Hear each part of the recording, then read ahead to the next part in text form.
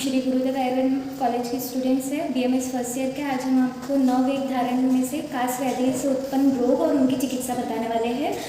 वाग्भट संहिता में टोटल 9 वेग धारण के बारे में बताया गया है। वो है अपान वायु, मलमूत्र, छींक, प्यास, भूख, निद्रा, कास, श्रमजनित श्वास, जमभाई और आंसू, छर्दी तथा शुक्र के वेगों को नहीं रोकना चाहिए। इनके बारे में आगे अभी कास के बारे में बताएंगे। कास वेग को धारण करने से कास रोग की उत्पत्ति होती है। इसका उल्लेख अष्टांग हृदय में उन्होंने वाग्भटाचार्य ने कहा है, कासस्य रोधा तद्वृत्ति श्वास रुचि हृदमया शोषो हिद्मच कार्यो अत्र कासः सूत्रांग विधि। इसका अर्थ है कास वेग को धारण करने से कास रोग की वृद्धि होगी।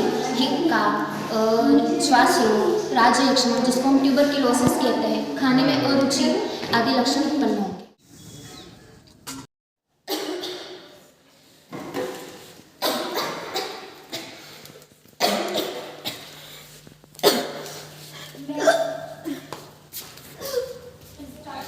लोगों ने कास वेग को धारण करने से विभिन्न लक्षणों को देखा है। अब हम इसके प्रकार और इसकी चिकित्सा के बारे में जानेंगे। जैसे इसके प्रकार के बारे में बताया जाता है। पहला होता है वातज कास, दूसरा पित्तज कास, तीसरा कफज कास और चौथा क्षयज कास एंड फिफ्थ छतज कास।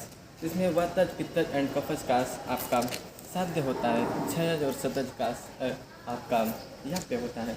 अब आपको चिकित्सा इसकी जाननी है। चिकित्सा के लिए हमें सर्वप्रथम स्नेहन करना होता है, उसके पश्चात हमें स्वेदन कर्म करना होता है, उसके पश्चात हमें संशोधन कर्म करना होता है। संशोधन कर्म में हमें वातज कास हुआ है तो वस्ती देनी होती है, पित्तज कास हुआ है तो विरेचन देनी होती है, अगर कफज कास हुआ है तो हमें वमन देना होता है।